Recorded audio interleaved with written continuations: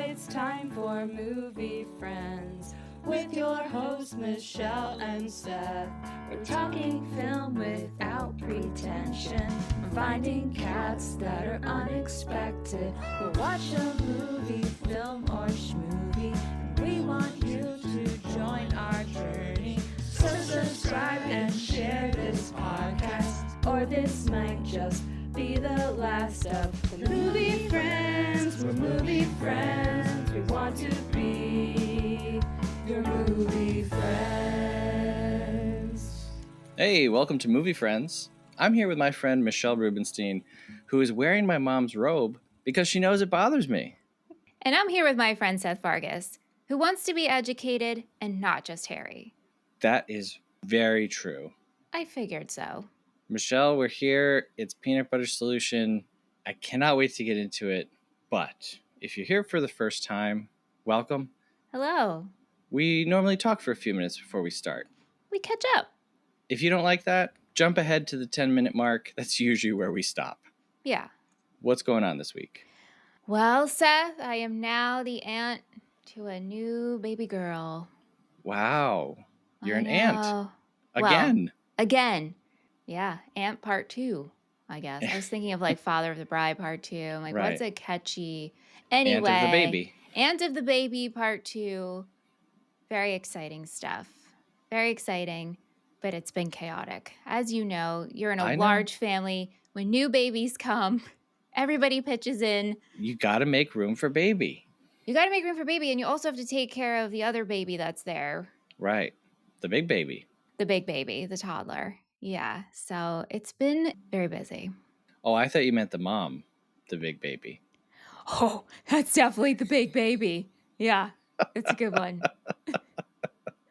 What's going on with you? Well, I don't have a new family member, but I did try a new pickle item at Sonic. What did you try? Because I did a whole tasting video. Well, I went and I said to them, hey, what do you got for this pickle menu? And the guy on the other side said, sir, this is as new to you as it is to me. Oh, no. And I said, and he said, there's a whole menu. Do you want me to read it to you? I said, sure. And he proceeded to read to me the entire Sonic menu. So what'd and when you get? he got to soft pretzel, I said, let me stop you right there. I'll take the pickle combo. Wait a minute. There's a soft pretzel? I think so. I'm not a Sonic aficionado. But especially with the pickle menu, because listen, we got the pickle drink with the pickle boba, and we tried the tater tots and the fries. And obviously I don't eat meat, so I didn't get the meat stuff, but right. How did you find the pickle Rita? I liked it, and I liked the pickle boba. I hated it. Oh, well, you're not a true pickle aficionado, so. I guess I'm not. I genuinely took one sip and said, nope. I guess I'm not the pickle guy I thought I was. Oh, that's such a bummer, because this one was better than someone else did a collab, and I'm drawing a blank. Popeyes. Yes. Pickle lemonade. Yes, this drink was much better, in my opinion. We spent more time talking about the pickle drinks than your new niece. Yeah, that's okay. Anyway, that's all I got going on this week. No, I mean, there's other stuff too, but who cares? Yeah, but you know what else is going on? What? The Stony Brook Film Festival. Next week. I know, the 17th through the 26th. If you're in the tri-state area, if you're going to be on Long Island, check out the Stony Brook Film Festival. And if you're going to buy tickets, you could save some money. Use our code MovieFriends at checkout. Save 25% off. That's insane. It's crazy to me. 25%. 25%. And as we've said before, we get nothing for this. We get no kickback. Nothing. This is because we love you. We love movies. We love film festivals. We love discounts. Codes. Yeah, I know. With our name? Yeah. But hey, that means I'm going to see you soon in person. Yep, that's right. That's right. I'll be sweating in person. Same here. We'll be sweating together. And hey, the winners of the giveaway that entered, they've been contacted, yeah? They have been. Yeah, thank you everyone who participated. That was so. I love doing a giveaway. I love giving away free things. I made a 30 before 30 list when I was 24, 25. And on the list was, I just wanted to give away prizes to an excited audience. Okay. I didn't cool. want the prizes. I just wanted to be a Right. part of giving away prizes to an excited audience. A 30 before 30. Should I make a 40 before 40? You could. I mean, that's too many things to do it's before too 40. many things. And I don't know if I accomplished half of them. I Maybe like honestly, 15. I feel like I've done everything I want to do in life, and now everything's just kind of like extra. So Hey, that's a good mindset. I'll do a 4 before 40. I like that. That seems more like reasonable. 4 big items, not like I want to watch this movie. 4 small. I don't know about big. Hey, speaking of things that people should do before time passes, did anybody sign up for Patreon this week? They sure did. Patrick, welcome to the Movie Friends Patreon. Woo! Woohoo! Thank you, Patrick. It's so exciting when you get the email. I know. We say it all the time, but it's like the life buoy that just keeps me going. I know, though. I know. It's like I'm adrift at sea, and I reach up, and I grab onto a buoy. Yeah. Anyway, thank you, Patrick. Thank you so much. We're really excited to have you. If you want to be like Patrick and gain access to all of our extra stuff, Patreon-only Discord, ad-free episodes, all of that, you can sign up at patreon.com/moviefriendspodcast. And you know what? We will be your best friends forever. Or until we die. Yeah. Well, then I'll be your best friend Ghost. There you go. You want to be haunted by us? What other Patreon, confirms that you will be haunted by them when they die? I think that should be added to our list of perks. We should add that as a perk. Yeah, we will haunt you. Legally binding. Hey, we got an email. Email. Subject line is Father of the Bride. Wow, remember that? All right, the email says, I'm not a Nancy Meyers fan, but this movie is a sweet little treat. The issue I have with her films is that I don't relate to rich white people problems. I miss young Steve Martin acting roles. I think that Seth is slightly more Martin Short. We had asked which one of us is more Martin Short, which one of us is more Steve. The Jean-Claude Mentos commercial is my all-time favorite. P.S. I love the half-star review voice. Keep it in the rotation. And I think that was, I read it as Franck, Martin Short's character. I really should keep a list of all the voices you do. That would be a fun supercut at the end of the year. All of my accents. Oh my God. All right. Yeah, as if we need another thing to keep track of. Well, you know. And then PSS 3-star movie. All right. I'll take it. Whoever this is from. This email's from Ben. Hey, thanks, Ben. I think Ben rated this movie higher than I did, or the same as me. Thank you, Ben. Thank you, Ben. You want to Ben. be like Ben? Send us an email, moviefriendspodcast@gmail.com.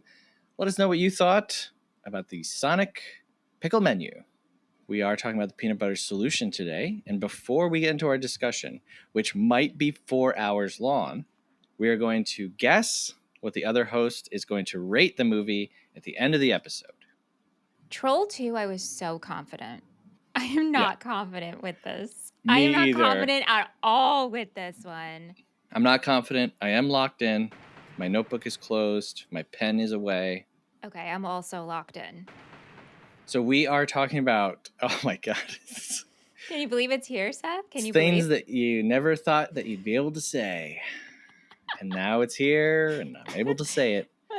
Today, we are talking about the Peanut Butter Solution from 1985. This is directed by Michael Rubbo, written by Andrei Peltier, Wojtek Jasny, Luis Peltier, and Michael Rubbo. Cinematography by Thomas Vamos. Composed by Louis Fury. Edited by Jean-Guy Montpetit. Starring Matthew McKay, Silik Seisanasi, Michelle Malat, Allison Darcy, and Michael Hogan. Michelle, can you put a bunch of crap in a blender and read us our summary? Here it is. Michael Baskin is your everyday, normal Canadian kid. He goes to school, he plays soccer, and hates his big sister Susie. Oh yeah, he's also got a great head of hair.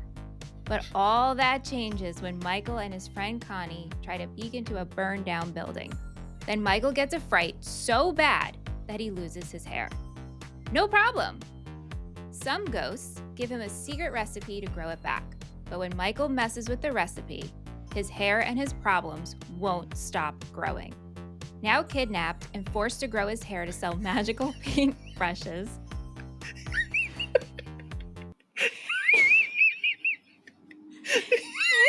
Oh, God.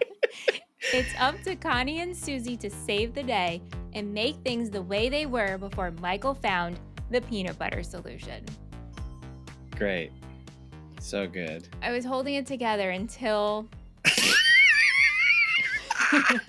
the paintbrushes. Oh my God. Well, this is my pick. It is your pick. We should start there. Why is So this your bad pick? it's good lie. Seth. Well, we already did Troll 2, which was a movie that I think made sense for entering into this month. Yeah. But would have been my pick anyway. Yeah, right. And so when left with all of the movies that I love that fit into this bizarre category, it was between this and one other movie. It was either Motorama or Peanut Butter Solution. Motorama, I can see us fitting into another category somewhere down the line. But as you now know, I don't know where else Peanut Butter Solution would fit in. So this was a movie that we watched as a family, as kids. I believe we had a VHS copy of it, but I think that it was like taped off of TV because I don't remember the cover art. It was in like a big gray clamshell, Mm-hmm. We didn't talk about it tons growing up, but I always kind of remembered it. And I just remember being so scared by it. Yeah. And the images that stuck with me were the images of Michael in the hair conveyor belt. Also, I grew up in the mid-90s, which might be the peak of kidnapping fears. I don't know. Yeah. I'm not a kid anymore. Yeah. So kidnapping was always something that I was freaked out by. When we were kids playing out on the street, if a van started to drive, any type of van, we went and hid behind trees. I swear to God, that's the truth. No, we also did the same thing. I mean, honestly, to this day, I won't park near a van. Oh, okay. Well, that's probably smart. I'm afraid I'm going to get snatched. So, yeah. So I grew up and I found this probably on Tubi or something like that and rewatched it as an adult. And I was like, oh my God. I knew this movie was weird, but I had no idea how weird it was. And then it just became a movie that I recommend to anyone all the time. I can't believe you grew up watching it. Like with your older brothers? Yeah. Or with your sisters? Or like the whole family? All of us. I think all of us. Yeah, because the fact that this is a Canadian children's film, aired in Canada first, and then made its way down here. Yep. And then made its way into the Vargas household. Yep. Yeah. Now, what was your experience? Oh, Seth, watching come on. This is like a loaded question. This is the whole. I said, if you want to talk for an hour, please walk me through it. I've been waiting. Well, I've been waiting to cover this because, like we said, if you listened to our episode last week, at the end of it, we talked about how this movie almost made it into Sethvember, which was your month of chosen movies. Yeah. And you've talked about this movie before, and I have never heard of it before. Yeah. I had no idea this existed. Like, I knew Troll 2 existed just from hearing you talk about it and other people talk about it. I had not a clue. Not a clue that something like this is out there in the wild. Not only that, since watching it, you're still the only person that has ever heard of this movie. Yes, I have brought it up to friends. Never heard of it. Yes. This month will, I think, easily be like the lowest downloads for Movie Friends ever. Maybe like since we started this show. Yeah. Hey, that's fine. That's fine. I watched it with Aunt. Oh, yes. Yes. And, as it started, I was like, okay, this not not so bad. Like, I'm laughing at a couple of things, but I mean, it's not like right off the bat bad, or not even bad, but like, in a cringy, laughing at the dialogue kind of way. Like Troll 2 off the bat starts off and you're like, okay, Yes. everybody's the same tone, everybody's on the same page. Yeah. And then this movie just takes so many weird turns and just keeps going. But then halfway through, I looked at this movie entirely differently. I'm like, oh, this just feels like a live action Studio Ghibli film. Got it. And Okay. then I was like, okay, like this movie is still so weird and Mm-hmm. gives you the ick, like left me feeling icky. Like last Yes. week, you made a great meme. Troll 2 brings joy. This does not bring joy at all. Yes. Is it Maria Kondo? Yes. Yes. Troll 2 is the kind of movie that you watch and you're like, oh my God, that was so crazy. Yeah. Wow, this is so much fun. I have to tell people about it. And then you watch Peanut Butter Solution and you're like, oh my God, that was so crazy. I need to maybe tell the authorities about this. Yeah, and it's also one of those movies too that I think, I don't know if I want to recommend it, but I would want to watch it with people just to get their reaction. Right, yeah. Like you Like, sit there with like a notepad I and totally pencil and like watch understand them. what you said last week. You're like, can you just, FaceTime me and I'm just going to watch you watch the movie. I totally get what you mean now. Yeah, when I said that to Michelle, I don't think that was on the episode, but I was like, I need to know like when you're watching it and if I could just watch you. And she said something like that's a little creepy. And I thought it is a little creepy, but Yeah, I I get want it. to watch. I get it now. I get it. I get it. I get it. I get it. Yeah. So, and again, I know that this is another big loaded question, but how did you feel about the movie other than it giving you the ick? Yeah. Well, it also just made me think of this whole like Troll 2 we talked about, is this a kids movie? And then Peanut Butter Solution, like this is clearly a kids movie and it's Yeah. meant for kids. Yeah. And again, like I said, like it reminded me of a live action Studio Ghibli movie where you have a missing parent, you have the daughter who's stepping up and acting like an adult, you have some weird like life from the beyond. You have Oh. the villain. So you're like, if you imagine this whole movie animated, Yeah. I agree somehow with you're you. like, oh, okay, if it was animated, it's still weird, but this all kind of would make more sense, I think. Yep. I would put in, for reference here, Ponyo's dad from Ponyo, Yubaba from Spirited Away. Mm-hmm. I would put in the Boiler Man from Spirited Away. Mm-hmm. You mentioned, the parent that's kind of gone. So you've got Totoro. I have. Also, it reminded me of, sorry to cut you off, but Little Nemo Adventures in Slumberland, which is a Yeah, pajama, film, pajama, pajama. which an Icarus, the flying squirrel, but the bad guy in that creeped me out. Like that movie scared me as a kid. Yeah. Wow. So Wow. that also gave me this feeling too. That's why talking about movies with people is so great, because I've seen this movie so many times. I've never once made that connection. And when you said that, I was like, oh my God, yes. And if this was a Studio Ghibli film, obviously it'd have a much wider audience, but I think we would kind of forgive some of the insanity.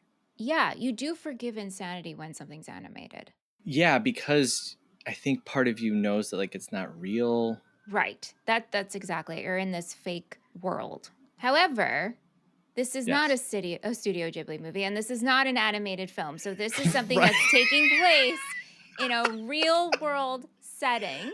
Yes. Uh-huh. So I kept bouncing back to, no, Michelle, the reality of it is How did Anthony do? Anthony was distracted, so he was Mm-hmm. cooking and then he was on his phone. Sure. So like the parts where I was screaming, Yes. he was just like, whoa. Like he was not on the level I was on, unfortunately. He would chime in with like little Anthonyisms, but Yeah. I mean, like there was just parts I was hooting and hollering. Like, give us some parts. Connie. I mean, Connie decides to apply the solution. Yes. Down there. Absolutely. Yes. And then the hair is coming through his pant legs. Mm-hmm. I was screaming. I think that sent me flying. Like, I'm not exaggerating when I said I legitimately was screaming. Yeah. Why did we do this in a kids movie? Hey, you gotta let a man do what he's got to do, right? Even if we have the whole, like, we overuse the amount of peanut butter and it causes you to grow a lot of hair. Okay, fine. Even the paintbrush thing, fine. But the Connie part, I'm pretty sure we could have done without that part. Yeah, no pun intended, but we could have cut the Connie part. Yeah. Yeah. It's like adults wrote this. It's insane. They were like, this. you know what we should do? We should have this young kid apply this hair growth solution on his, privates, if you will. Sure. And have him itching while he's sleeping and scratching. It's a bit much, right? Why did we do that? I mean, look, I am not Michael Rubbo. I cannot answer that. I can tell you that is something that I did not clock or remember in the slightest from this movie as a kid. Yeah. I want to preface our conversation with this, okay? You and I are not Canadian. This movie is bonkers, bananas crazy. But we here at Movie Friends respect filmmakers and we respect the art of filmmaking. And so, yes, we're going to laugh at this movie and talk about the insanity of it. But before we do that, I just want to give some quick history. Please do. If I may. Okay. I love this show because it gives me time to really dive into movies that I've thought about a lot and never knew a lot about. There's a fantastic documentary. It's only an hour long. It's on YouTube called Michael's Fright, the strange true story of the peanut butter solution from Coda Gardner.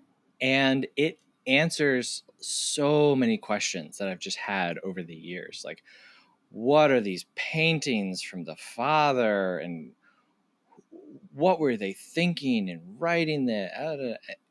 And Coda went through and did all the work and did interviews. There's interviews with all the people. And when you get down to it, there's no kind of craziness or sinisterness behind any of it. They were all just like, yeah, this is a good idea. Yeah.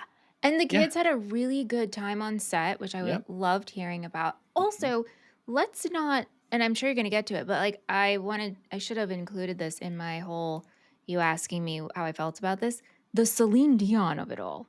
First English songs, this is historical. Musically, this is historical. This is historical. Yeah. Yeah. So there's this dude named Roch de Mer. And Roch de Mer had produced a movie called The Christmas Martian in the 70s. Now, I have seen this movie, and it is cuckoo's banana. Like, nutso. Very odd movie. Like, so bad it's good, so bad it's bad. I mean, it is... You gotta... It's a schmovie. Much like the peanut butter solution, you gotta experience. Okay, yep. Okay. And so one day he's reading the newspaper and he sees an article about children, Canadian children who are committing suicide.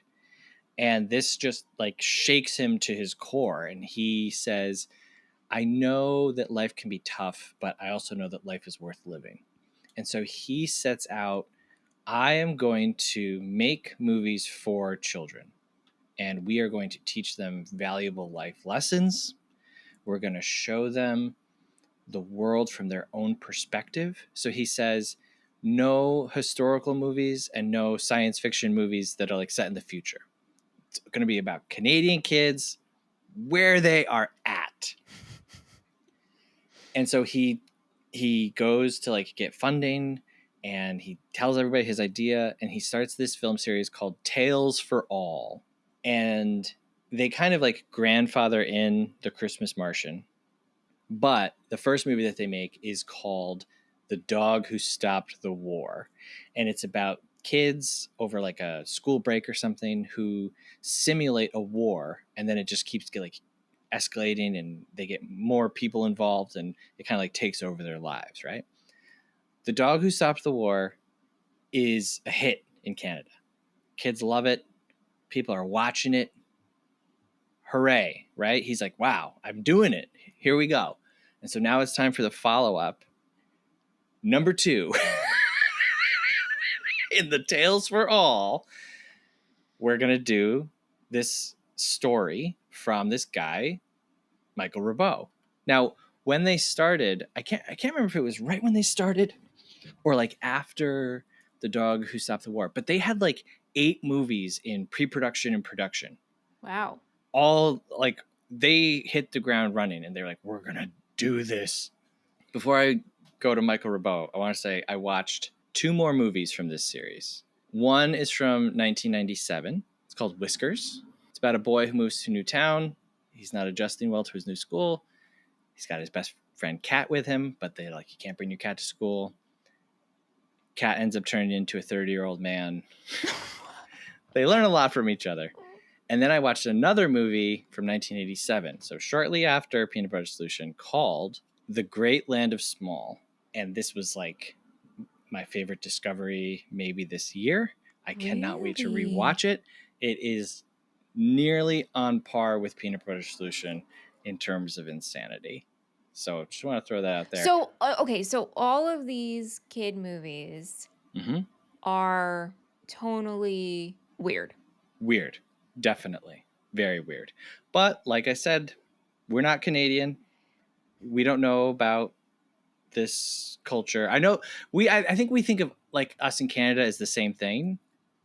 Right. But I think that's because we're like a more populated country and we dominate the whole world. So we're like, Canada, you're just like us. And Canada's like, actually, we're not, because these are the kids' movies we make. So there very well could be a lot of like cultural stuff that I just don't understand.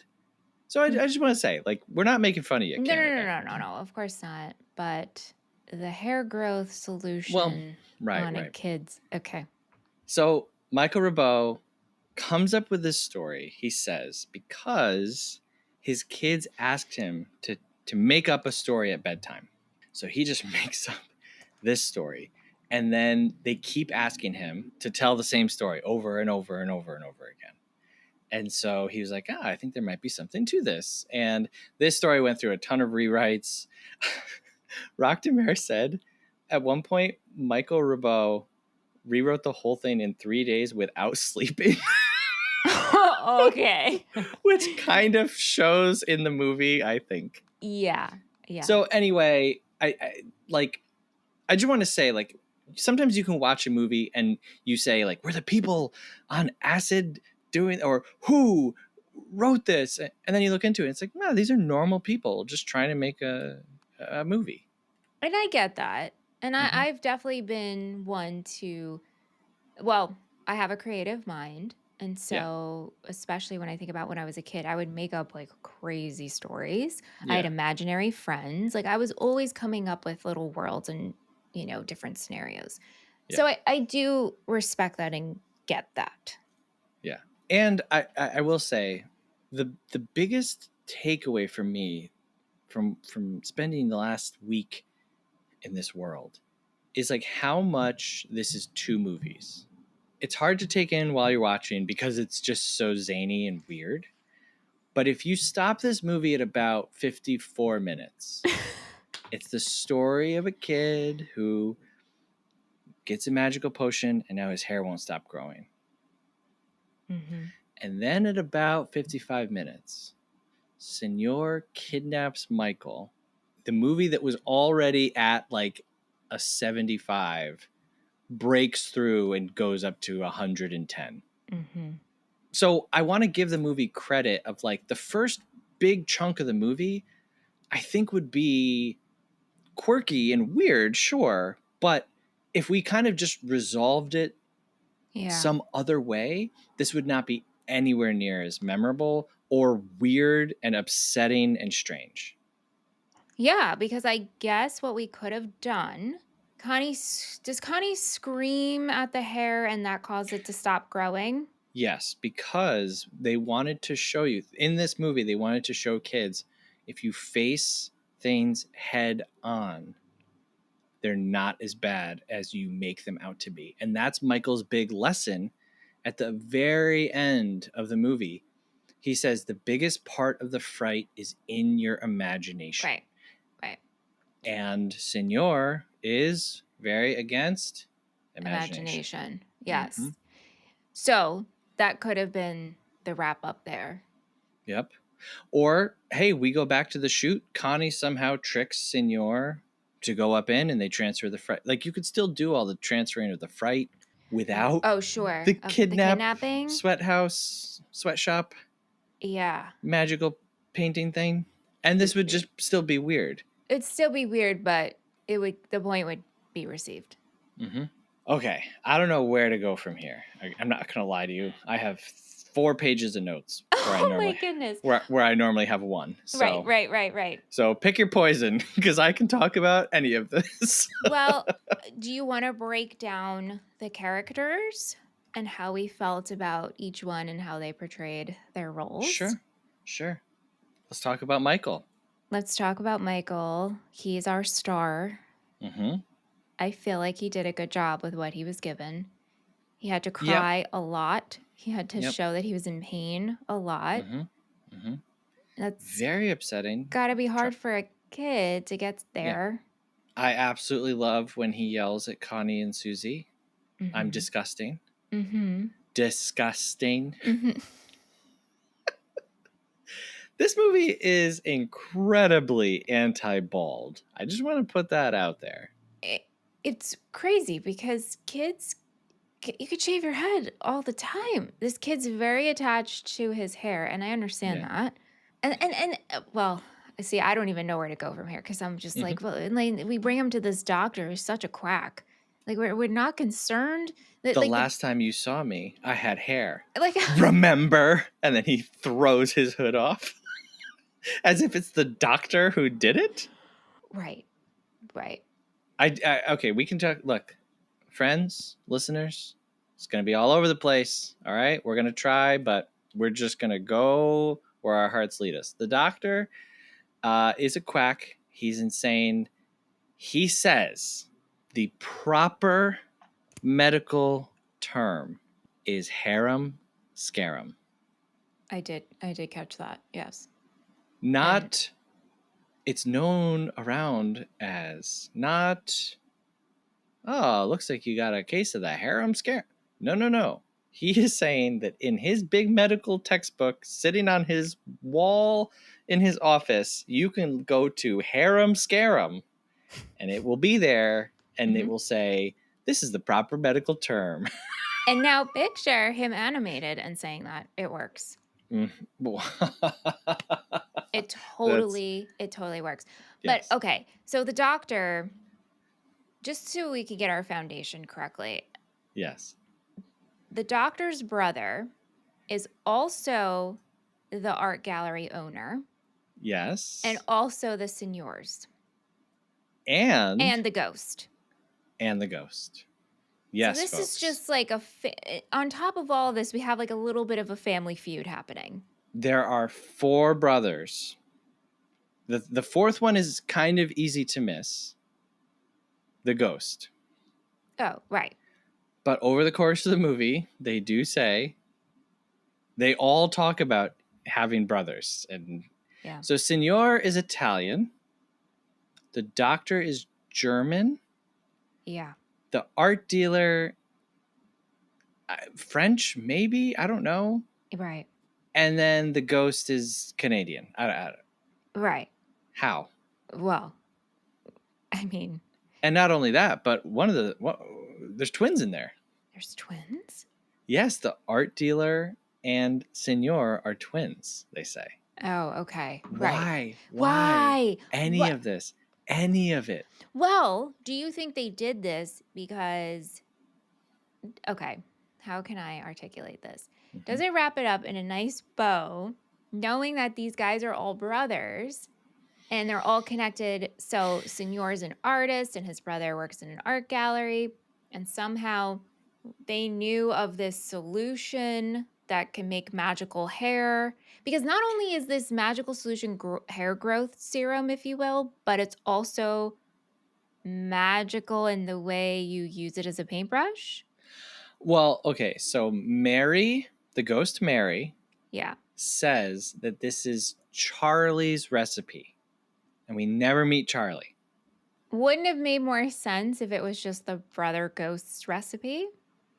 And then it's like, oh, maybe the brothers are all in on it. Like this is a family weird generational recipe. That would kind of make a little bit more with sense. what we're doing here, with what we're using. Michael gives some homeless folks all of his money. Mm-hmm. And then they die in a fire like the next day. Right. And then Michael goes into the building where they died and gets a fright from them. Right, from the ghosts. Then they come and visit him. Yeah. And they're stealing all of his food. Yeah. I have a lot of questions about the ghosts. Yeah. I actually really loved the idea that if your eyes are closed, you can't hear them. Only if you see the ghosts, you can hear them. That was interesting in ghost logic lore. That was an interesting thing that never comes back again and never needed to exist in the first place. Well, no, because they were making so much noise in the kitchen. And so Michael's like, well, what if Dad and and Suze get up? But just don't write the scene where they're making a bunch of noise in the kitchen. Like, I see what you're saying. We create a teeny problem. Don't slam that cupboard. Right. And in order to fix that teeny problem, we invent new rules about the afterlife. Yeah. That no one has ever said or heard again. Now, again, we are not Canadian. Canadian friends. Oh, you think let this is us a know. Canadian thing?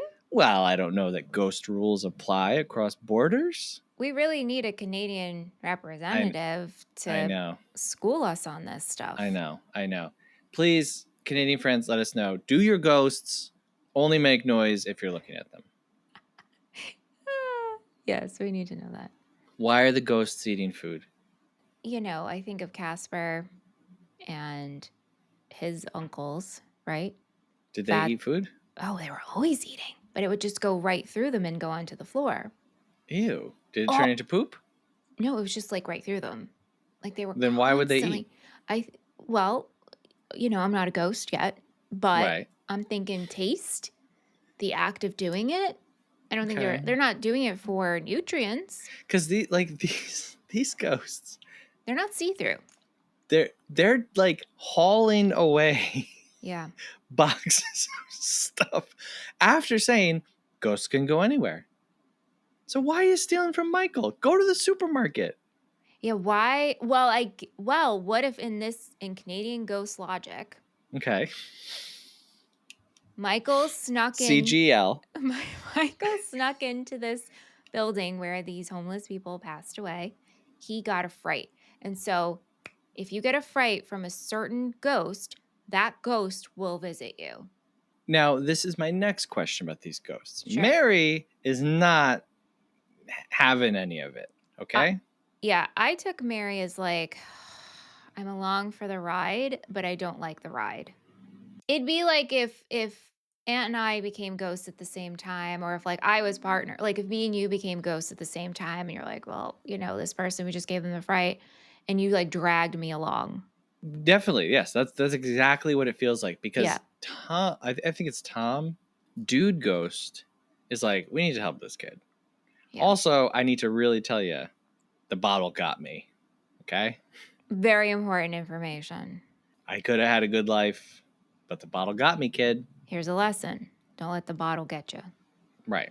Mary gives him this recipe and then like yells at him for not knowing to say, put it on my head. Well, right. Well, she instructs you need to say, put it on my head after every ingredient. Yeah. She critiques his grammar. Well, pay attention, kid. I wrote down this recipe. Please. 1 really ripe banana. Check. 5 dead flies. I have such a problem with this. Okay. This is a part I was screaming at. Yes. Do you want to continue or should I? No, Okay. hit it. The This is a reason 3-hour episode. In my mind, okay. we are here. All right. Okay. The reason I'm screaming at this is because not of the idea of 5 dead flies, because like, you know, you watch enough things maybe with witchy stuff, right? For Sure. example, Witchy and you're stuff. gathering all ingredients, weird stuff. But like Michael, in a very, very close, short amount of time, was able to gather 10 dead flies in his house with no problem. Well, have you seen his house? Sure, there's food everywhere. It's very unkept.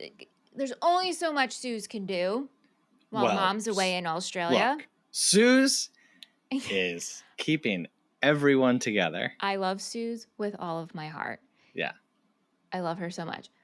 However, I don't like the idea that just you're readily available 10 dead flies.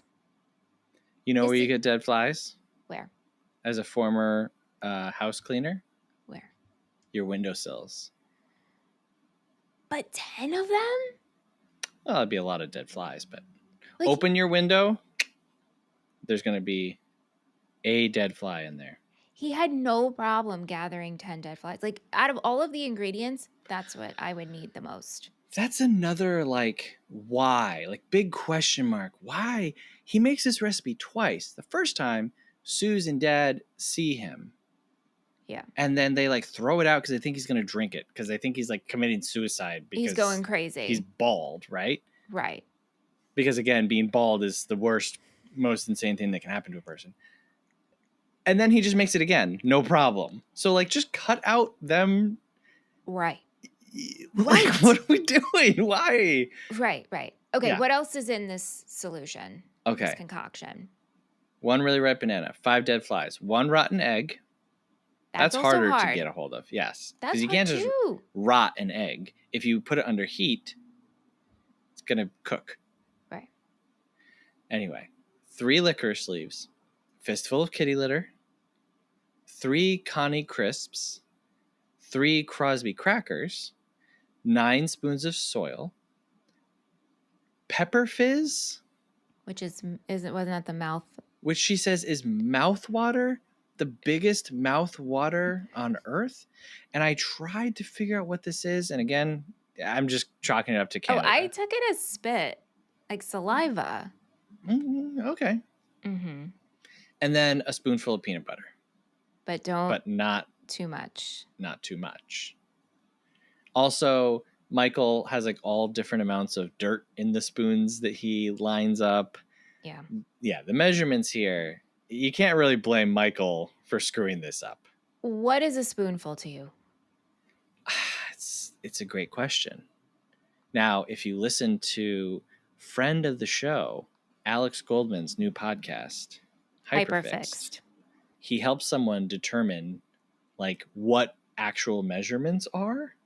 And it's so loosey-goosey, especially when you get into like UK measurements to American measurements, different companies. You know, if Target puts out a cup measure in the shape of a heart for Valentine's Day and sells it in their dollar section, is that going to be as accurate as like a stainless steel cup measure that you buy from, you know, Sur La Table? Sure. Is that how you say it? Yeah, Sur La Table. Oh, I thought it was Sur La Table. Well, it's spelled that way, but it's Sur La Table. Anyway, you should listen to that episode. It's good. I thought I'm caught up, but I must have missed that one. Anyway, okay. So a spoonful is different, man. I don't know. Depends. Yeah, so like that's tough, right? But they like really stress like don't overdo it on the peanut butter. And he overdoes it on the peanut butter. So you say like it's not his fault he screwed up. No, it's definitely his fault he screwed up. Wow, okay, we're blaming a child. I'm blaming the child. Yeah. Okay. Yeah. So his hair just outrageously all over the place. And I guess this is a good place to bring in the dad, aka the worst parent on planet Earth. Terrible. Terrible. This is insane to me. Like, I get the mom is gone and that he's an artist and he needs to paint. No. But, like, if this happened, and I kept thinking of you, Seth, because you have 2 sons and you just have kids in general. Like, if this happened to Job and his hair just fell out, are you nonchalantly acting like this?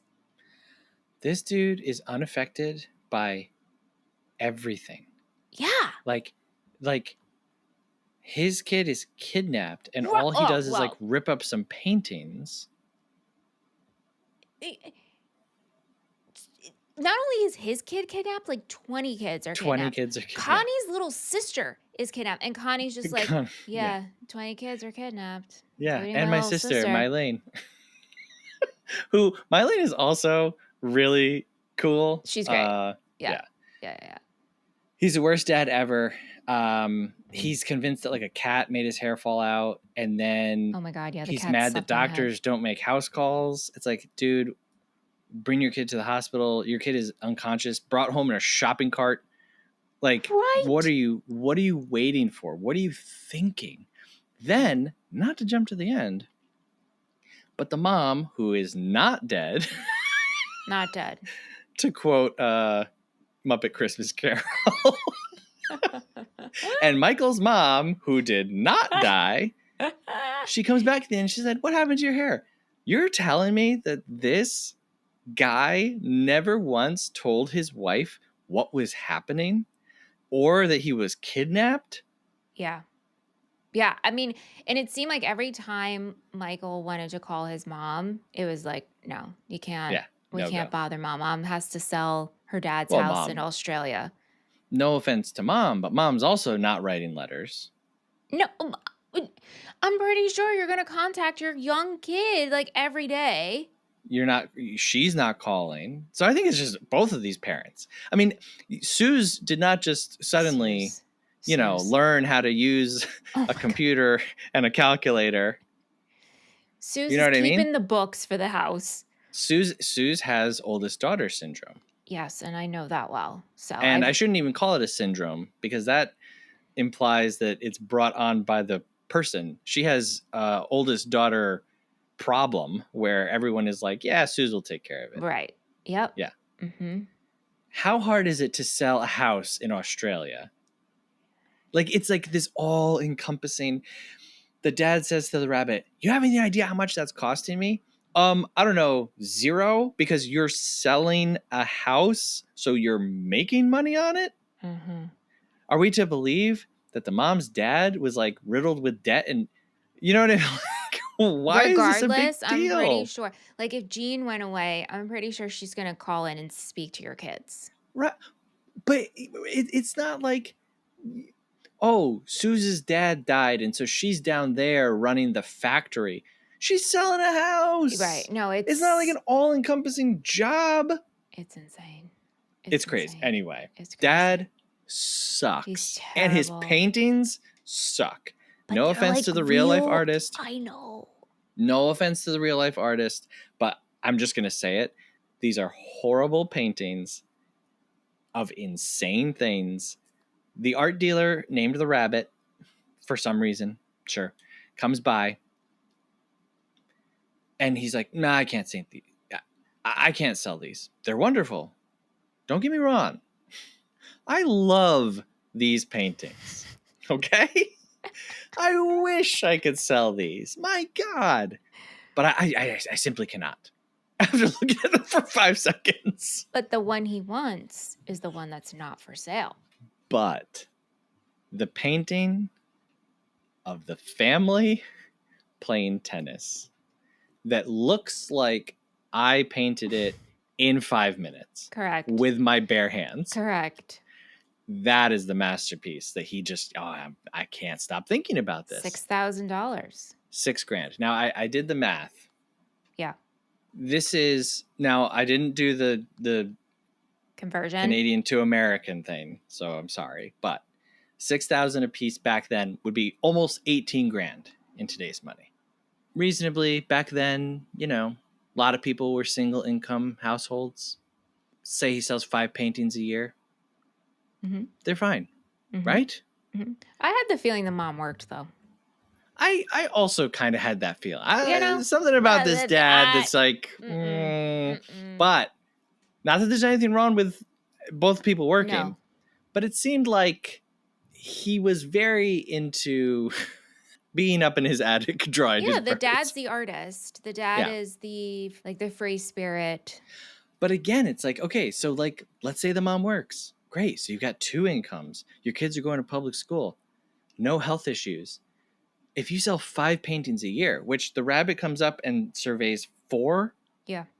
Okay. So he doesn't say, hey, I haven't seen you in 5 years. Like, these people are living on Easy Street and they're making it seem like, Connie eating a few grapes is running them ragged. It seemed more of just like I can control the household. Yeah. Like it's chaos and Connie and Suze has to take he's over. painting up a storm. He can't take their yabbing or gabbing or whatever he says because I need to sell these paintings or we are going to be out on our butts. That's the sense that you get from this guy. Yeah. I'm up here painting a bird singing to a cat. Suze. Okay? Who cares if Michael's hair has grown 4 feet since 9 a.m.? Also, I'm trying to keep us afloat. Yeah.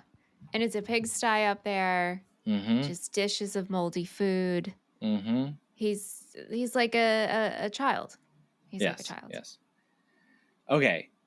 Connie, best friend / main character of the movie? Question mark?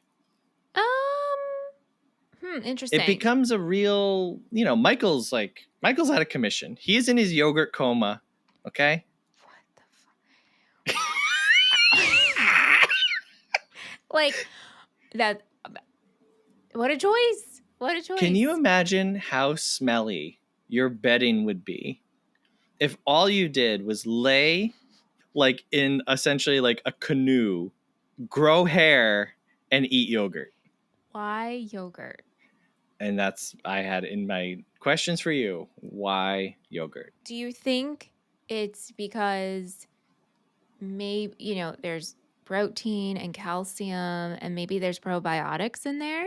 Do we not know something about science that says yogurt has good stuff for hair? Or Canadian yogurt is something Canadian you yogurt eat, logic, yeah. You eat to like have beautiful hair. There has to be why or does Canadian yogurt make you sleepy? That's okay. That's possible. I don't know why we have to see him feed him anything, quite frankly. And this is, like I said, when you get to I can't remember the exact timestamp, but it's around 55 minutes. We do a hard cut to Michael laying in this coffin and Senor spoon feeding him.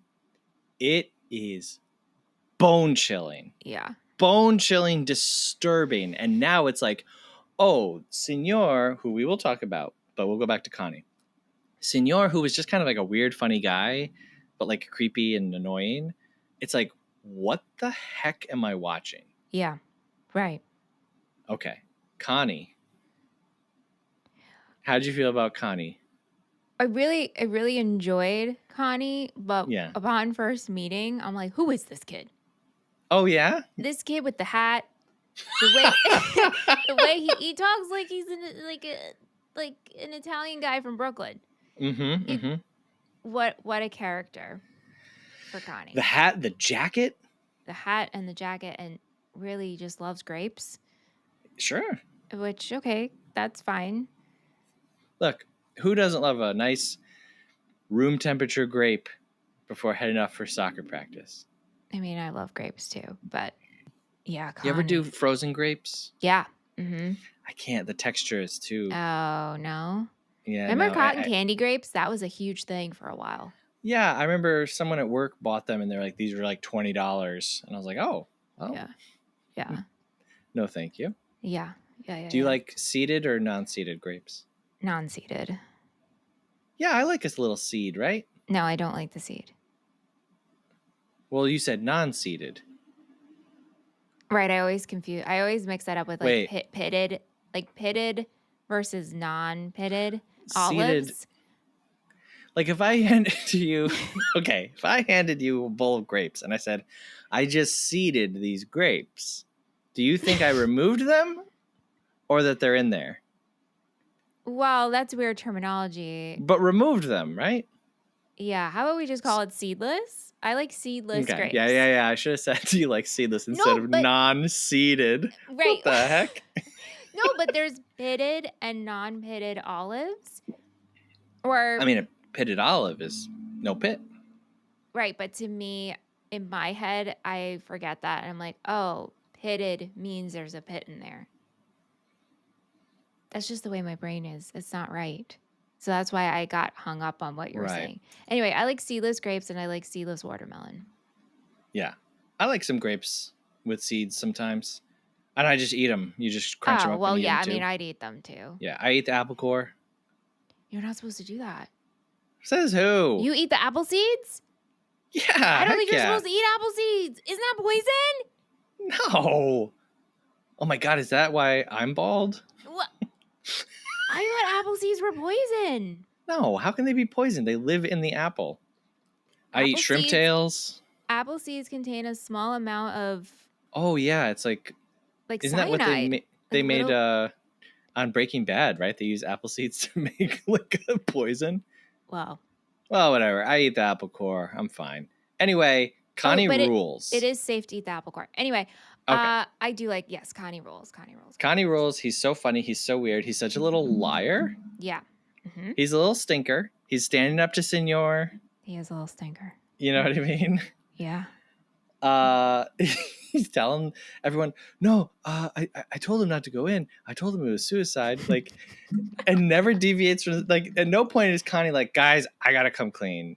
You know, everything worked out in the end, but I was really the one. No, Connie. No. Like, Connie kind of sucks, but he kind of rules all the same time. Yeah. Awesome. He's a real good, like, kid character that doesn't feel, to me, like, he feels like a real kid. Yeah.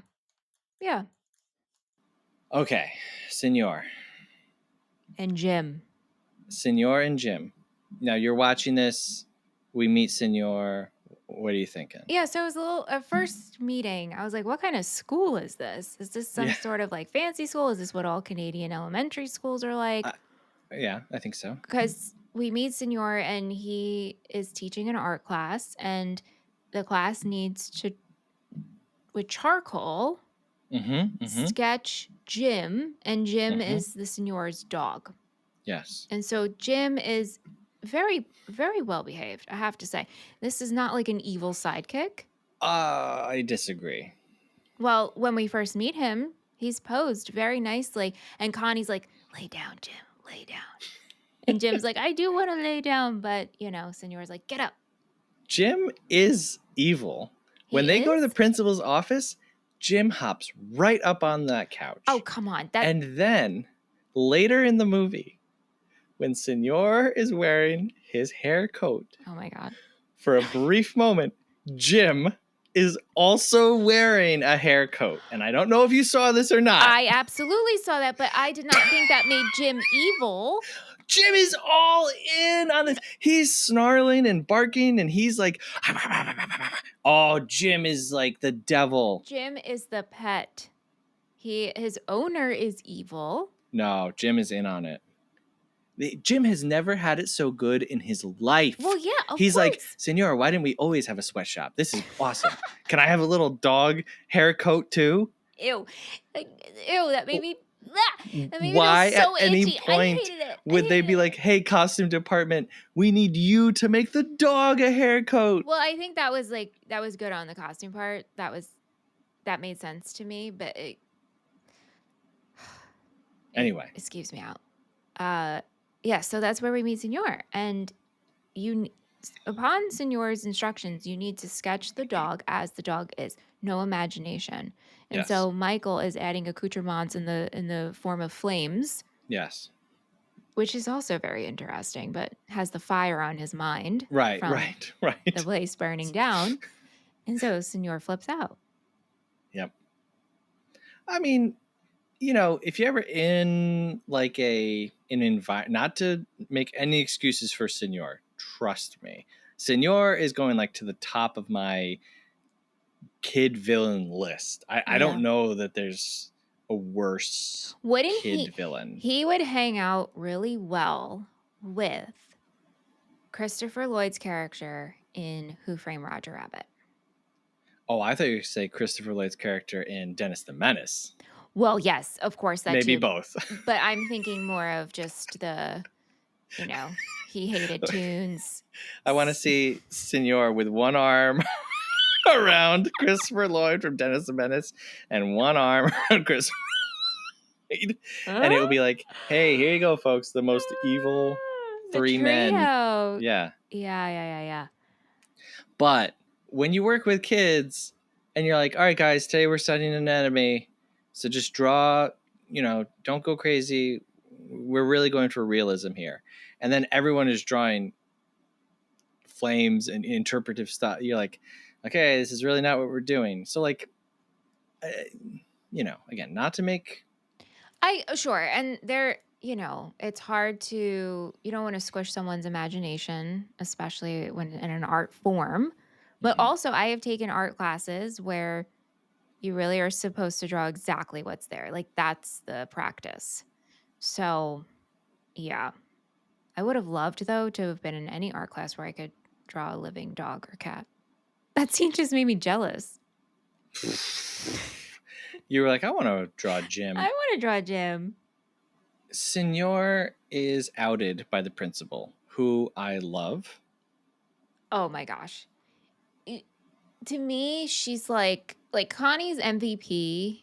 Well, Sue's is also MVP, but this principal also is like blue ribbon. I love her. She's awesome. So much. She's great. See me after school. See me after school. No running. Jessica, pick up that book. Great. She's great. She pulls Senor in. Because Senor sucks. Like, he's horrible. He's evil, terrible right? teacher. Yeah. She says, Senor, I've been looking into you. Senor has been fired from like 2 schools. He has changed his name and appearance. Yeah. Which we should say, Senor has like this big shock of bushy hair, big beard. He wears like a professor's cape as if it's like 1910 Vienna. He's a whole character. Like, boom, Yeah.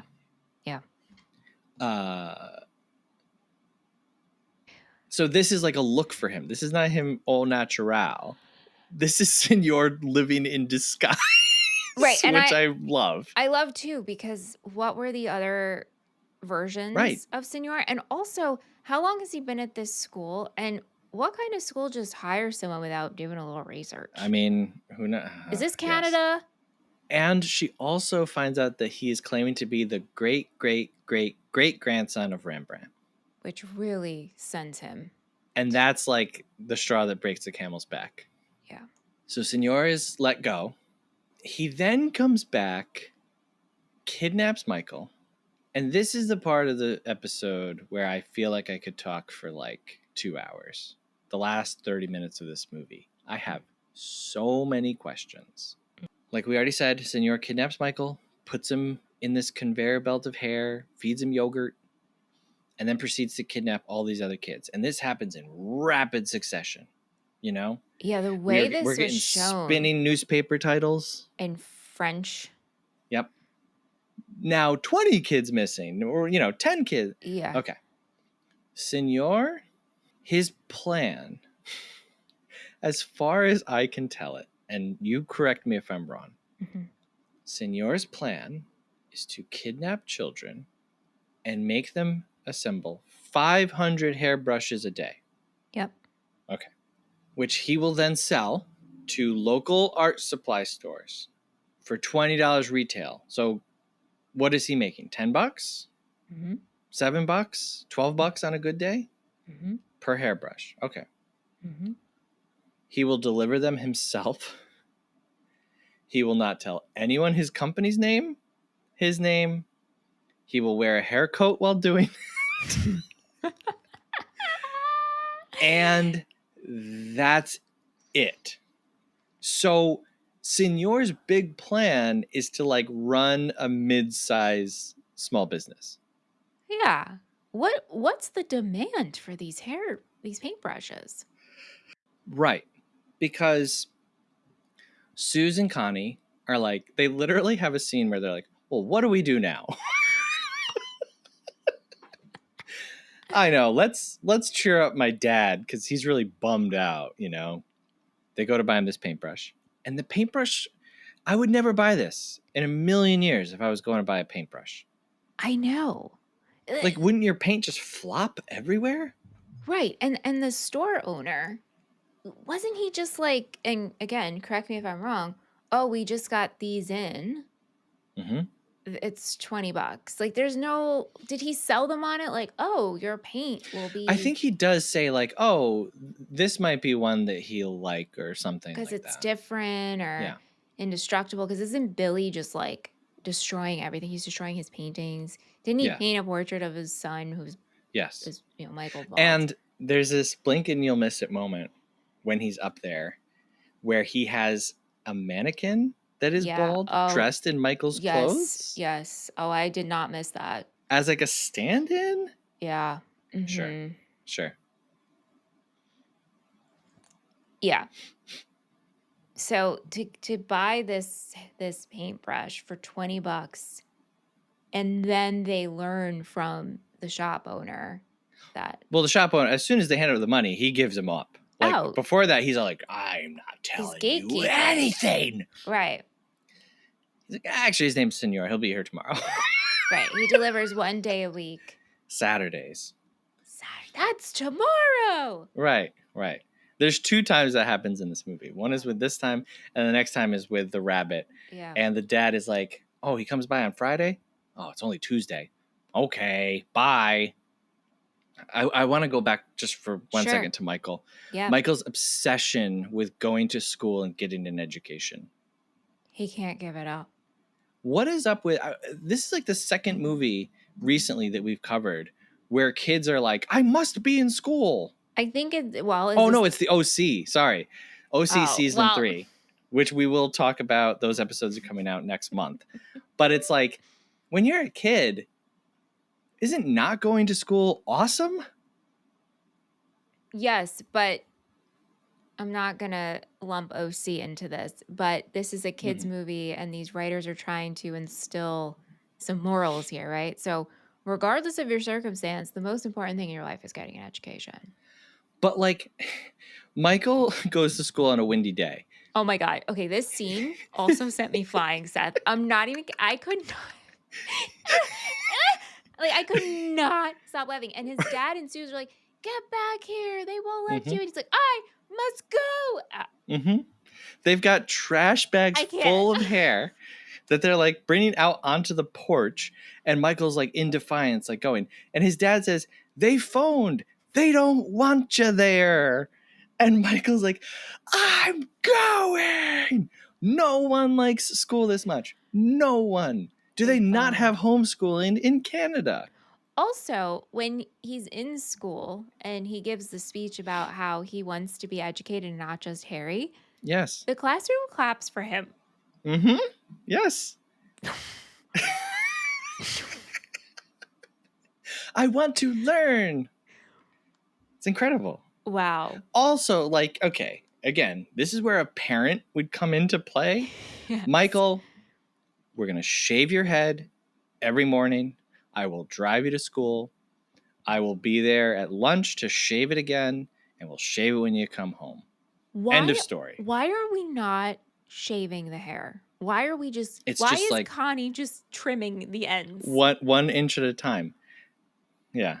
Also, you could go up there with weed whackers and I also just kept thinking, like, why aren't we putting it up in a bun? Like, he does have that contraption when he's going to sleep. The sleep bun is disgusting. It's upset. Oh, God. I hate that image. It's like he's a troll, right? Troll doll hair. But why aren't we ever just clipping it back or putting it in a ponytail holder or something? Nope. We're just letting it hang Nope. so much so where he Impossible. can't eat because it's in Yeah, his he looks face. like Cousin It. Yeah. Yeah. Because this is a house run by children. Yes. Okay, so Senor's goal is to like break federal law in order to run a small business. Yeah. $500 a day. Again, $10 a pop, $5,000 a day. That's good money. I guess, but what's the guarantee on this? Who's running out to buy these paintbrushes? Right. That's what I'm like. It's not like Senor. It's like, I'm going to kidnap Michael and I'm going to have control of the hair so that I'm the only artist on earth. Right. I'm a great artist. I'm a great teacher.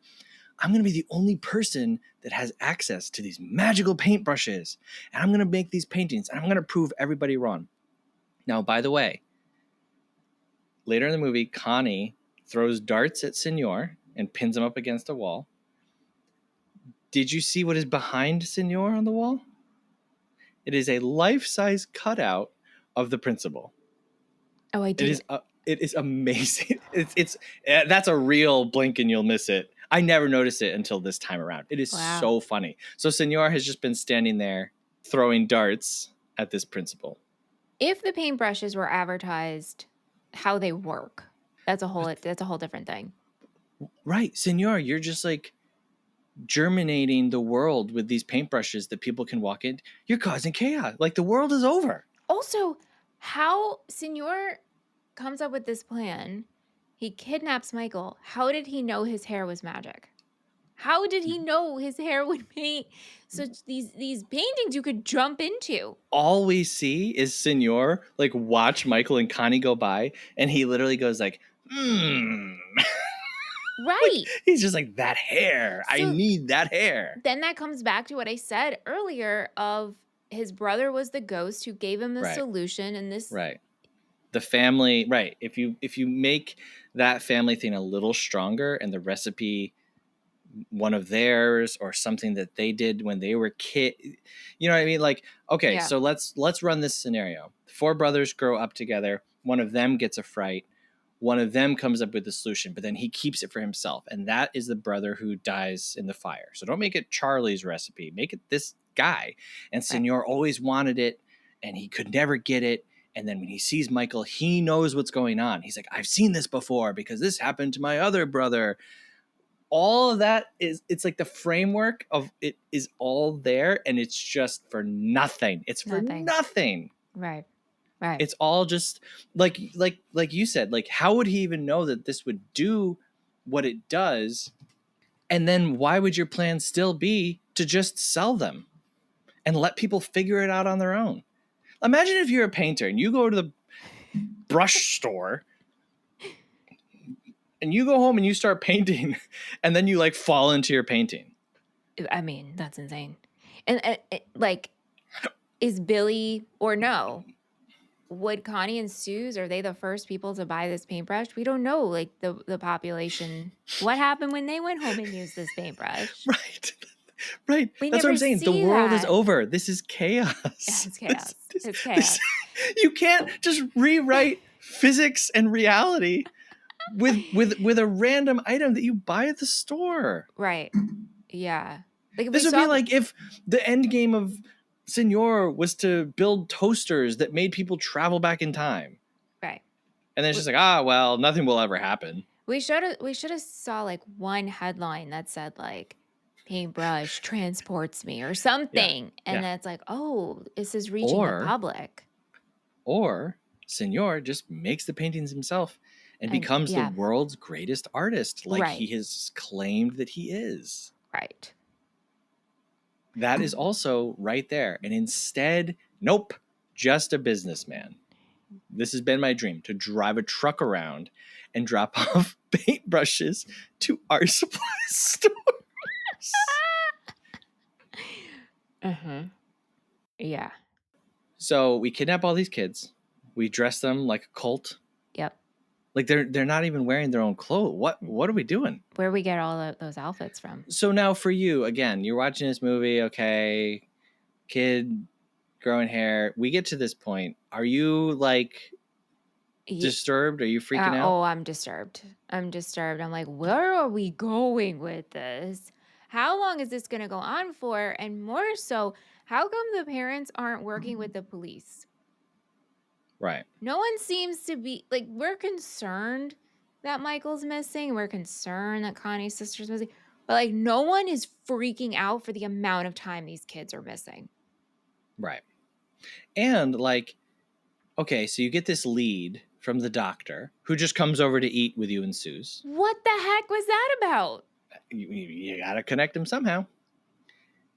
You get the lead that the rabbit knows the senor. Again, bring the cops. Bring the cops. Right. Instead, you're just like, fine. I'll come back in a few days. My son will be kidnapped until then. We're so nonchalant. The dad's not even crying. No. God, no.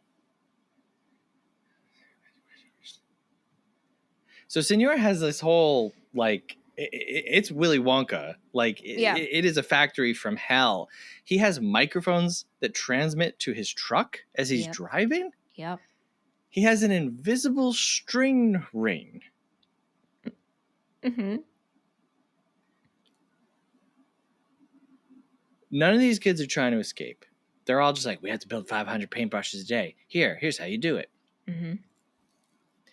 Now, not to blame these kids, not to victim blame, but we see Senor in action trying to kidnap Suze.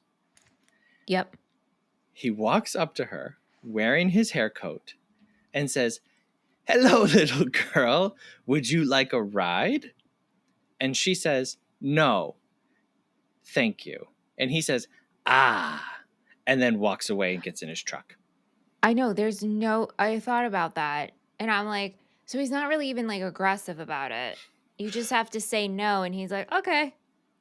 But then the kids say, because they're like, how did he kidnap you, all of you? And one kid's like, with lies.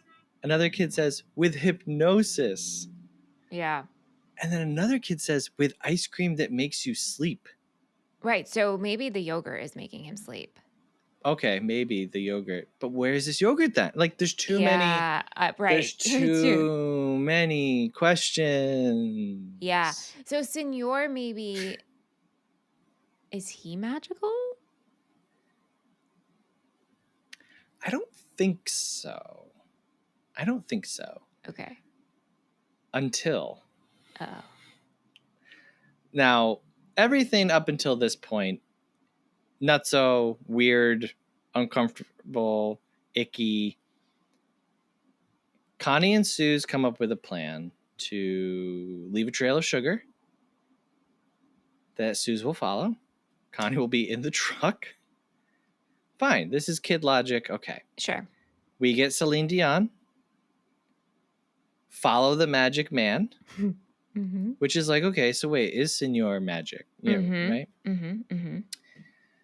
Connie is discovered because Suze can't ride her bicycle faster than a street sweeper. Mm-hmm.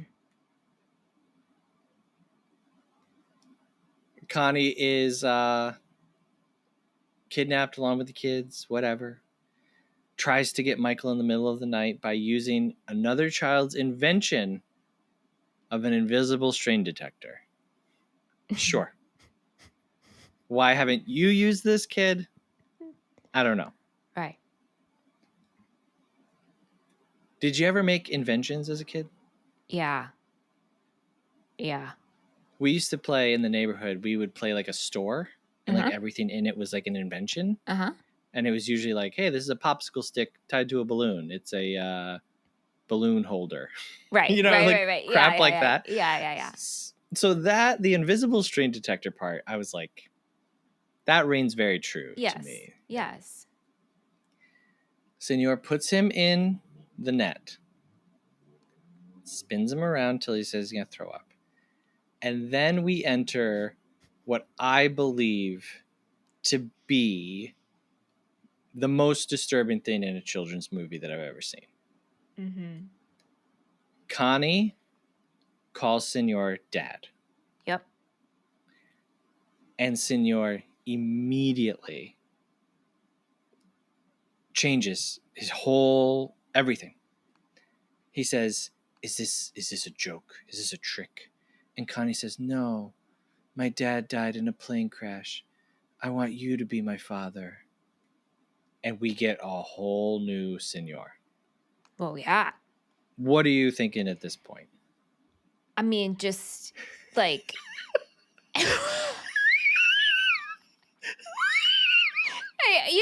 Like, what are we doing? What? Right, what are we doing? But also, like, very much so, Connie is just manipulating and being a BS artist.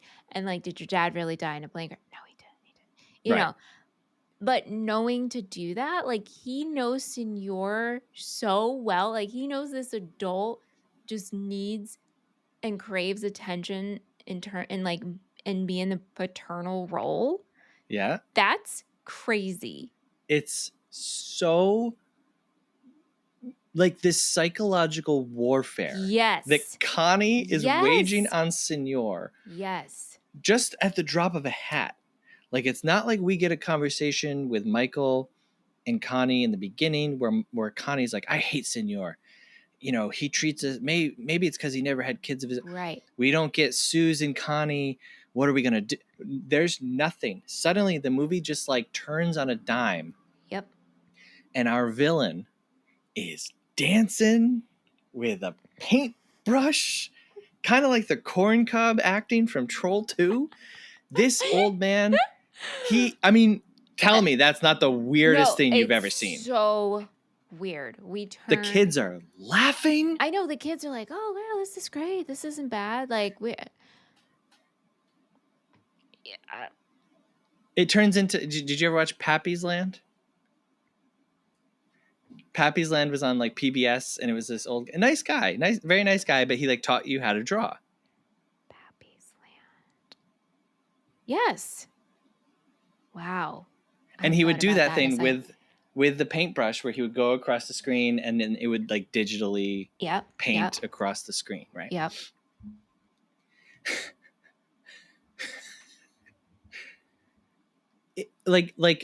I feel horrendous watching. I don't know why. Like, this skeeves me out. It is so odd. It is so creepy. Yeah, all of those things. Yes. And also at this point, I'm like, what is the plan here? Yeah. Does Connie just become like his right-hand man? Do we manipulate him for a few more days? Because this is like a very quick, like, it's like, I don't know. It's not that long, but it feels like it was short at the same time because they get found very quickly once this whole plan goes into motion. Right. Yeah, no, this is like Endgame here. Like, this is... Right. This is for all the wooden nickels. Right. So Connie asks Happy Senor to paint Michael's fright. So Senor just paints the building. We have no idea that he's ever been there before. How did he know Michael's fright? Hey. Connie says, oh, no. That's not Michael's fright. Michael's fright is in the window. I'll go take a look. And Senor's like, son, it could be dangerous. Let me do it. Senor is slipping and every moment of this is disgusting. Like, he's slipping and sliding up this garbage. Don't worry, son. I'll look for you. What? Now, at this point, Connie should have just burned that painting, and that's the end of Senor. Or can they all just run? I guess, yeah. I mean, it's locked and gated, but yes. Burn the painting would have made sense. Right. Yeah. Like, we already know you can go into the painting. Okay. Find some way to not, Oh, I mean, that's interesting. If you burn the painting, you can never come out of it, right? Right. I mean, you would think. Right. Senor sees the fright, tumbles out. All the kids are like, oh my God. Whoa. And Connie literally says to them, don't you remember all the stuff that he did to you? And then it's just like a hard cut. Like, we never explore that. Right. But the movie knows enough to be like, you guys have Stockholm syndrome. Like, this is weird. You've been, abused. Meanwhile, Sue's found her sugar trail. So like the bad dad street cleaning. Like well, she literally says, "Can you believe it? A week later." I'm like, no, I can't. It didn't rain. There's no wind. It's nuts. Ants didn't come. Right.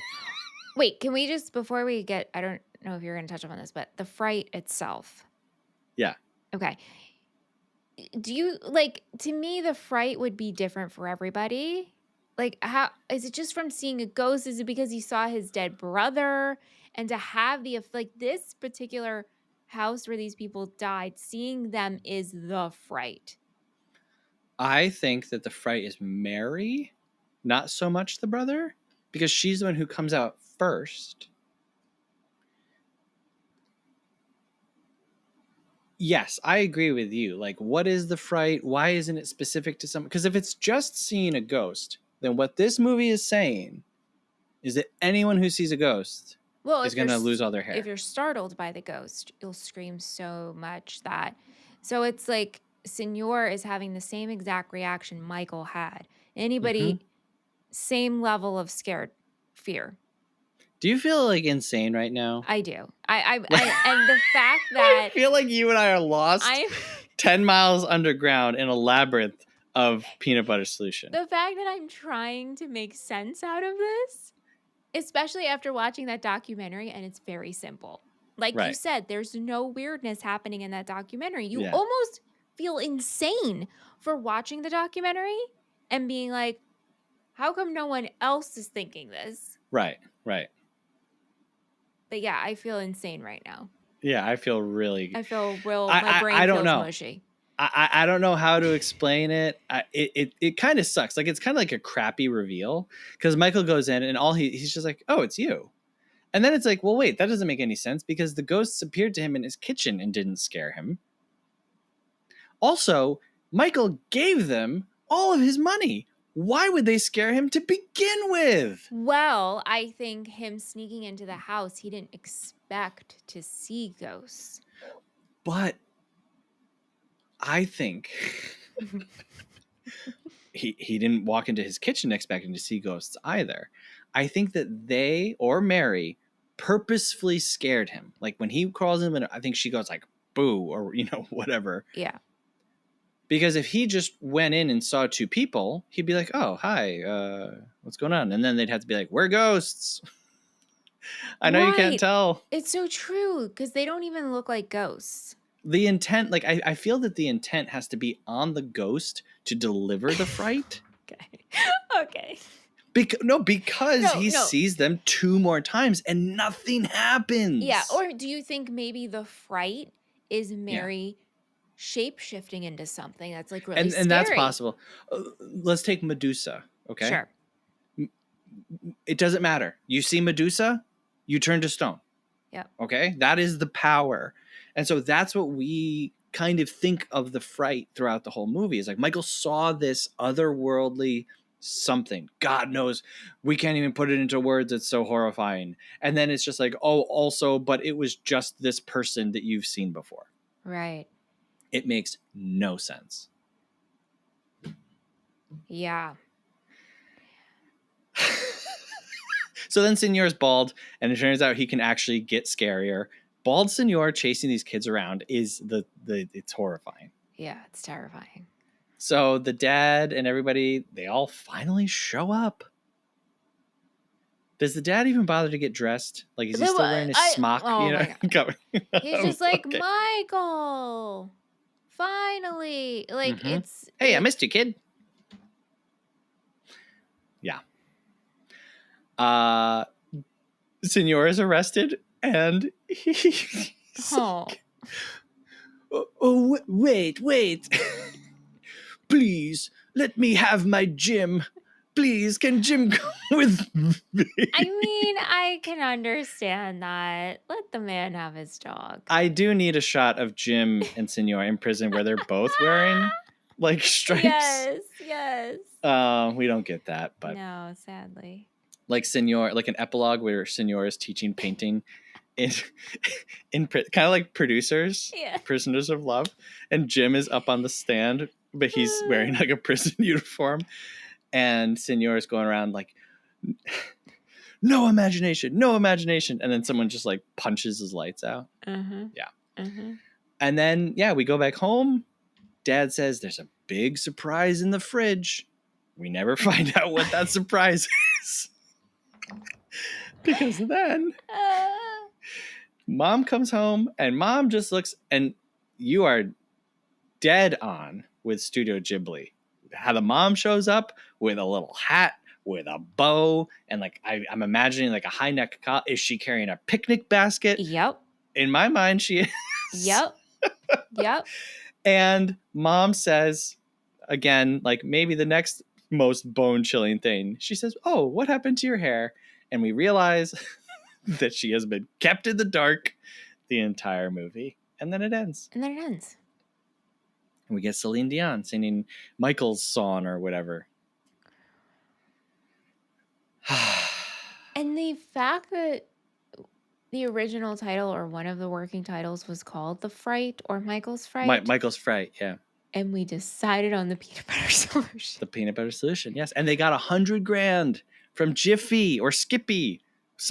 Whatever peanut butter is in the movie shelled out $100,000 to be prominently featured in this movie. All right, quick note. Connie says, as they're dragging Senor away, he says, "Hey, don't get his pants dirty. It's his only pair." I love when Connie says, "The Senor is a tougher cookie than we thought." Mm-hmm. When he learns about the magic paintings, he says, "Senor is a tougher cookie than we thought." Another quick bullet point. When Michael meets the ghost in the kitchen, he says, "Hey there, young Baldy." And then when he comes back into the house, he says, "Hey there, young Harry." So sure. Next bullet point. When we're in the doctor's office, I don't know if you noticed this. It's very subtle. We get some sound effects, Looney Tunes sound effects. He wiggles his fingers and it sounds like rattling. Then he does his fingers again and it sounds like magic. Then he does his fingers again. We go back to rattling. And then he like hits his stomach and it's like a loud like boom. It's so weird and does not continue throughout the movie. Also, if you listen to podcasts about this movie, a lot of them will claim that we start with a narration and then it never comes back, but it does come back when Michael is applying the peanut butter solution to his head. So I just want to point that out. Right. Yes. Everyone is wrong except for us. Yes, of course. Always. Anyway. All right. So the stats for this movie are kind of going to be really fast because there's not a lot of info. This movie did play in theaters. Like this isn't just like a direct to TV, straight to video. This was a movie theater up in Canada thing. Yeah.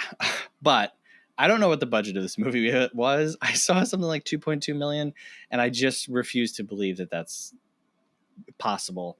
I only saw that one place and I try not to like, if I can't verify it multiple places, so I'm just going to say for me, budget unknown, box office also unknown. This movie has had many releases over the years. VHS in the States, in Canada, French only, English only. There's a lot of different versions of this. Rotten Tomatoes, this has nothing because there's only 2 reviews for it. And I have never been more motivated to become a Rotten Tomato certified critic, which I'm not a film critic.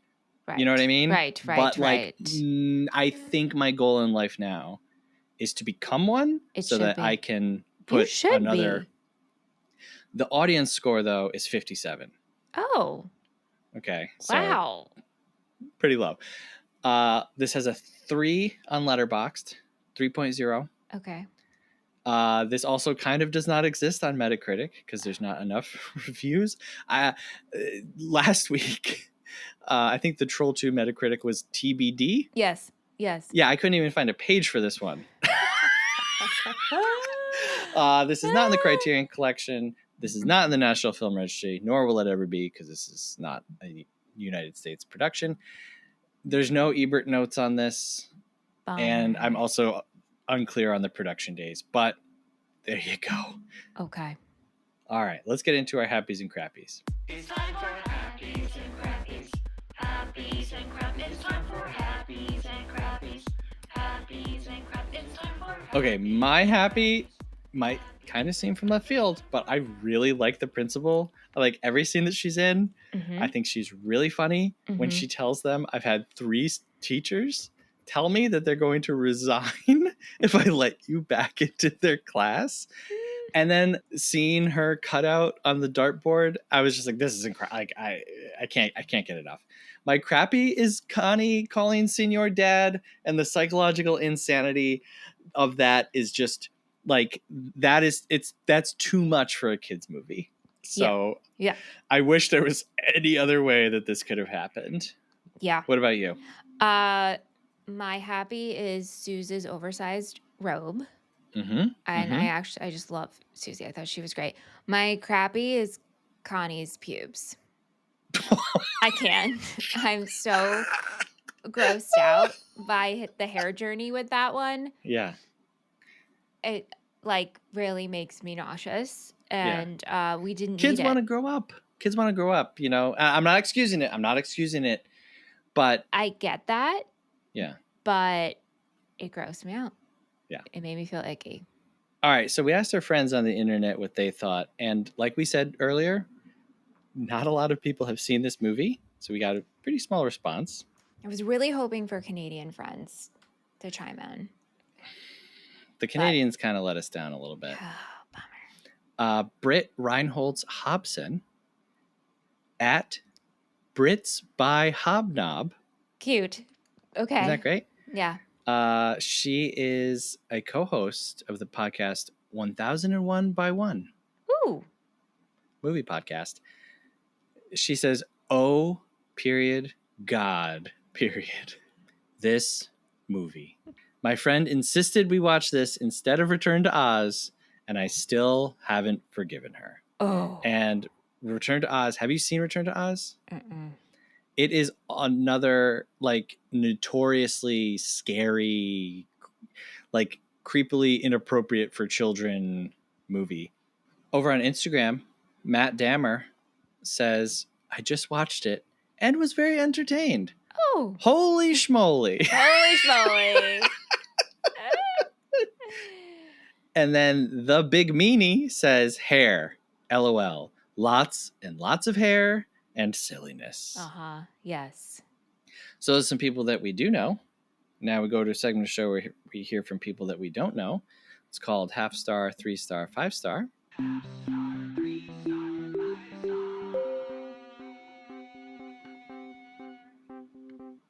So these are reviews from letterboxd.com, which is a website and an app where you can rate, review, and log movies. We start with a half-star review, go all the way up to a 5-star review. And for the half-star review, sometimes I read it in an accent or an impersonation. Do you have any requests for this one? I mean, senor. No imagination. All right, so I'm going to try to read this as senor. Okay. Okay, half-star review says, "I was so disturbed and so uncomfortable watching this movie. Did it need to be so creepy? Why was the subject matter the way it was? Oh, wow. Why was this made for kids? Who allowed this to happen? I never want to watch this movie again. You can't make me."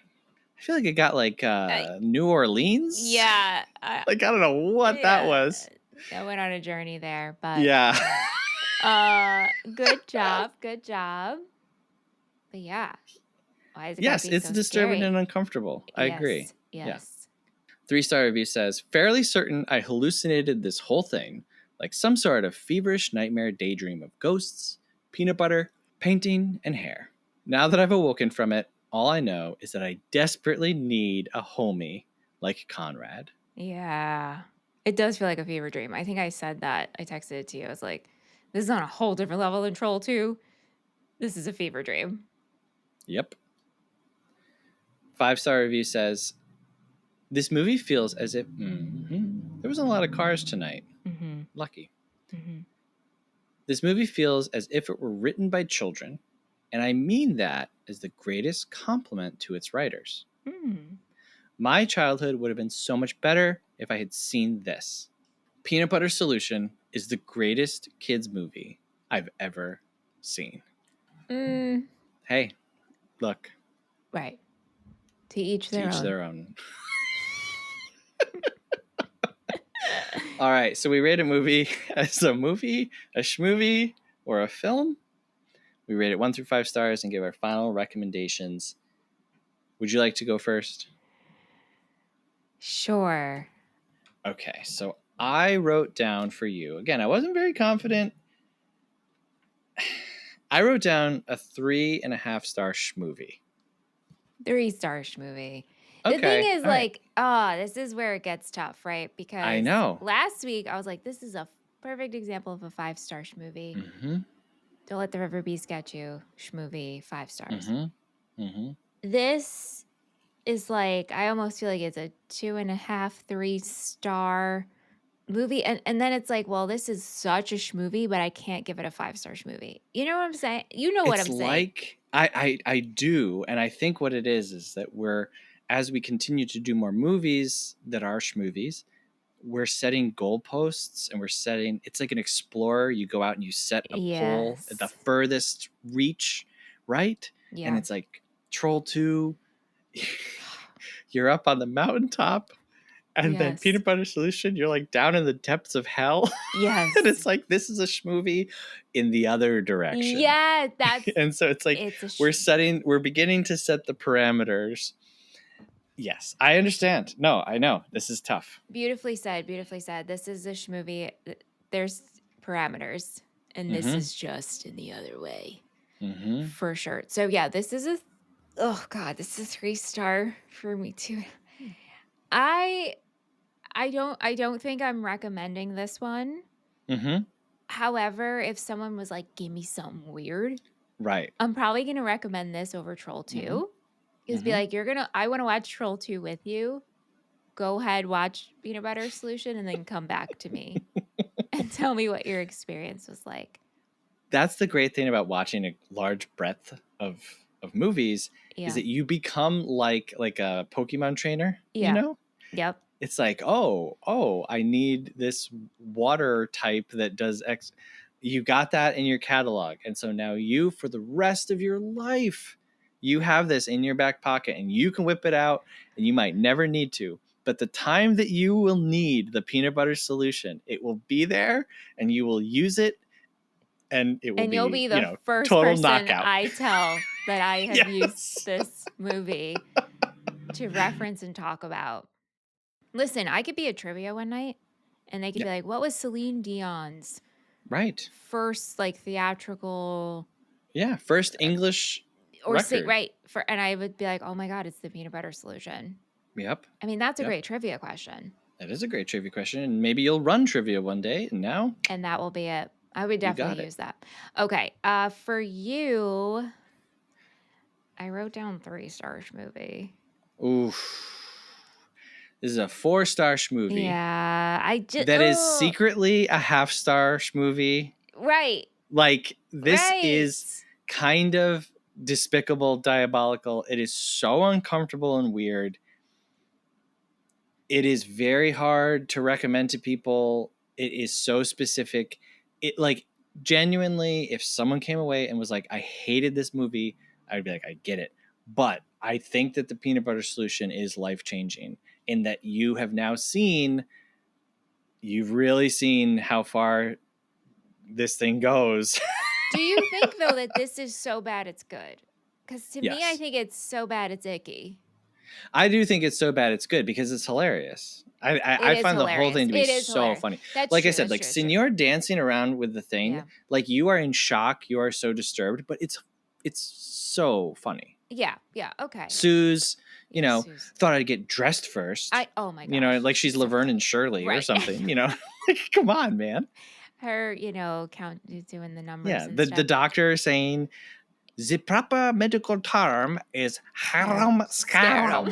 Like, come on. Who is standing in that room saying, cut, got it, move on? That was it. You know? Nailed it. Yeah. True. So I do think this is so bad it's good. Okay. It's just that it is so bad. It's icky. I wouldn't even say it's just icky. Okay. Does this pass the Seth Shell test? The Seth Shell test is our spin on the Bechdel test. A movie must contain something tangible that is impressive, whether choreography, production design, or practical effect, and it must have a runtime that is justified by its content. Believe it or not, I'm going to give it yes on both of these for me. I didn't think that it was too long, and once we get to Willy Wonka's, sweatshop from hell, there's some cool stuff happening in there. It's scary. It's like the spiderweb hallways. It's like there was imagination that went into this. The paintings suck. Everything else is good. So this is yes for both on me. Yeah, I actually am giving a yes to both as well. I really enjoyed the sequence of Michael's hair growing back. Yeah. And how that was shot. And I know it was shot in reverse, which I really like. Right. So I thought that was really well done. So yeah, this is a yes and a yes. Amazingly. This movie passed the Seth Shell test. Great. With flying colors. Yeah, it really did. Hey, if we pass your test with flying colors, we would love it if you give us a rating and a review wherever you're listening. If you're on Spotify, we would love it if you'd give us a comment. Give us a comment on the episode. If we, inspired you to watch this movie, please let us know. You can yell at us there. You can also send us an email, moviefriendspodcast@gmail.com. Last week, we said we were on bended knee begging for emails from Troll 2. Doubly so for Peanut Butter Solution. Please. At any point, if you listen to this like a year from now, please send us an email still. God, I would love to be haunted. That. Me too. Be the ghost. Give us the fright. Give us. I'll open up our recording app and Michelle will be there completely bald. Be like, Michelle, what happened? I read an email. I got the fright. You can also support the show, patreon.com/moviefriendspodcast, $5 a month. Hey, look, guys, come on. This isn't a joke anymore. Get serious, Seth. We were joking before. We're super serious now. No joke, okay? How are we going to pay for one really ripe banana and a rotten egg and a fistful of kitty litter? You know what I'm saying? Mm-hmm. And hey, look, we're not taking that money and spending it on doodads and $20 paintbrushes, I'll tell you that much. I know $20 paintbrushes, We are in the process of making a movie. You know what I'm saying? We're in the process of doing some cool live stuff. Come on, man. Join the team. Yeah. Okay. Next week's episode is an interesting one because it's my pick. Yep. But I've never seen this movie. And so, like The Invisible Man, which was also my pick, and I went into that never seeing it. Very good. Yeah. I am hoping that I will love this one like I loved The Invisible Man. So we're going to be talking about Attack of the Killer Tomatoes from 1978. It's 87 minutes long. Love that. Yeah, love it. Oh, yeah. Love it. And it's streaming on Tubi. All right. Very good. We shall see. I know nothing about it except I'm assuming killer tomatoes. I hope. I have seen this one. Mm-hmm. And so I won't say anything about it, but I will say that Attack of the Killer Tomatoes just in a vacuum by itself, whatever. But coming off of this movie, I am very happy to talk about Attack of the Killer Tomatoes. Got it. Yes. Cool. All right. Wow. We did it. Wow. Another supersized episode, but I can't imagine. I mean, we usually thank each other. Do I thank you for this movie? Well, I think I am definitely changed. Like you said, I'm going to keep this in my back pocket. I just want to tell people about it, sum it up for them and be like, and then be like, wait, what? So there's that. Yeah. All right. Well, thank you for watching it. You're welcome. And hey, thank you very much for listening. And remember, folks, ghosts make no noise. You only hear it because you see it. Till next week, thank you for listening. Have a good one. Movie Friends is produced by Seth Vargas and Michelle Rubenstein. Theme music by Jean Marie Vargas. Visit us at our website, moviefriendspodcast.com, and please subscribe and rate our show wherever you are listening. You can support Movie Friends at patreon.com/moviefriendspodcast. Thanks for listening.